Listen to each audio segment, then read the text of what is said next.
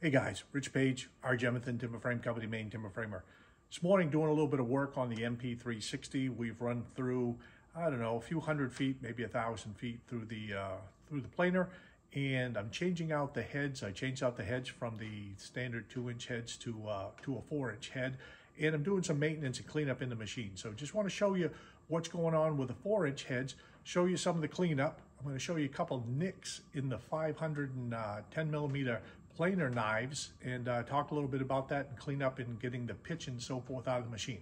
Let me move the camera around and show you what I'm doing. All right, inside the machine.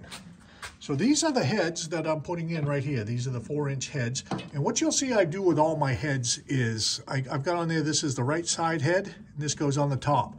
Now this head can also, I'm gonna slide this head off, try not to smack my fingers in the process. So this head will come off like this. Sure it will. Come on, rascal. All right, and then if you were to put it on the other side, it would be this way. That would be the top on the left side. So when you put these heads on, I like to label them up so that way there's no misunderstanding what side of the head goes where, so when you put this in, it's not cutting backwards. All right, so we'll put that in there. On these shafts, just so you know, I put a bunch of never see, not a bunch, but I lubed them up with never sees, so that way when you change your heads out, they'll go on and off easily. You won't have to worry about your head getting seized up on the shaft. They go on there pretty smoothly. Now, one of the differences with the 4-inch heads compared to the 2-inch heads, the 2-inch heads, the blades hang down below the table quite a bit. These don't hang out so much. So what I did is I got a straight edge across the table, and you'll see that I've got about, I don't know, somewhere around 1/8 of an inch of the blade below the table. So when you put these on, you're going to have to change out your shims, these shims right here, and make sure that you're getting those cutter blades lower than the table. If you don't, you're gonna have a mess. So just a heads up on that, you've got to change these out. A couple things that I'm doing also in this process here, you'll see the buildup inside the bottom plane of the knife. So I'm going to be using the old trusty alcohol bottle and some swabs. We'll clean up the chip breaker. We'll clean up the around the blade and so forth and get that out of there. Want to show something too, see if I can get in here with a camera on some buildup. And like I say, you know, like every machine, I'm pretty fussy. I think everybody probably is or ought to be. Is if you look on the inside of the dust chute, I'm going to point my finger to it.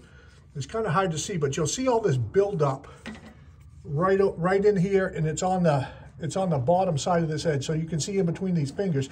That's a pitch buildup, and I'm going to say it's a good 1/8 of an inch, and you'll see more of it here. So I'm going to get in there with the alcohol and a brass brush, clean that up, because what you want to do is keep those chutes so that they're nice and clean and you're able to pull your chips out without getting a buildup. If you get a buildup, you get a backup, you get a mess in your machine.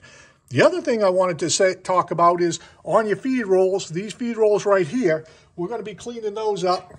This is the tool of choice. It's a brass brush.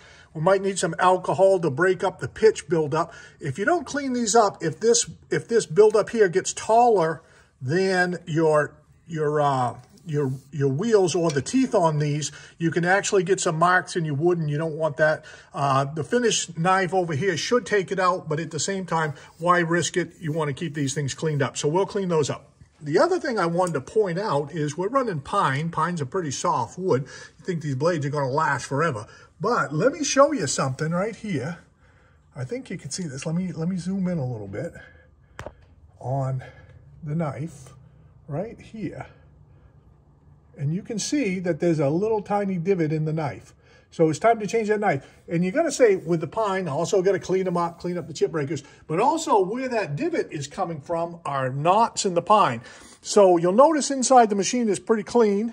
And I'm using this little Sears Craftsman vacuum. I've got it right next to the planer. So every time I'm done, I want to get in there and vacuum out anything. If there are any knots or anything like that, I like to keep this thing handy, and that way you can suck out any of the debris that's in there that doesn't get picked up by your dust collection. All right, so we got some 4-inch knives going in. We're going to be molding. We're going to be planing 4 sides, some taller molding than 2-inch. So we had to put in these knives. We got them labeled up, got them in on both sides. You'll see here on the nuts, I like to label which side, you know, how to put it on and off with a little arrow. So just little things to keep it organized. We're going to go in there with some alcohol. We're going to clean up some of the pitch buildup. We'll clean up the rollers using a brass brush and some alcohol to remove it. And in the end, we're going to end up changing out a couple of these 510 millimeter blades. So that's what we're doing on some maintenance for this machine. Overall, it's pretty tidy inside. You want to keep it that way.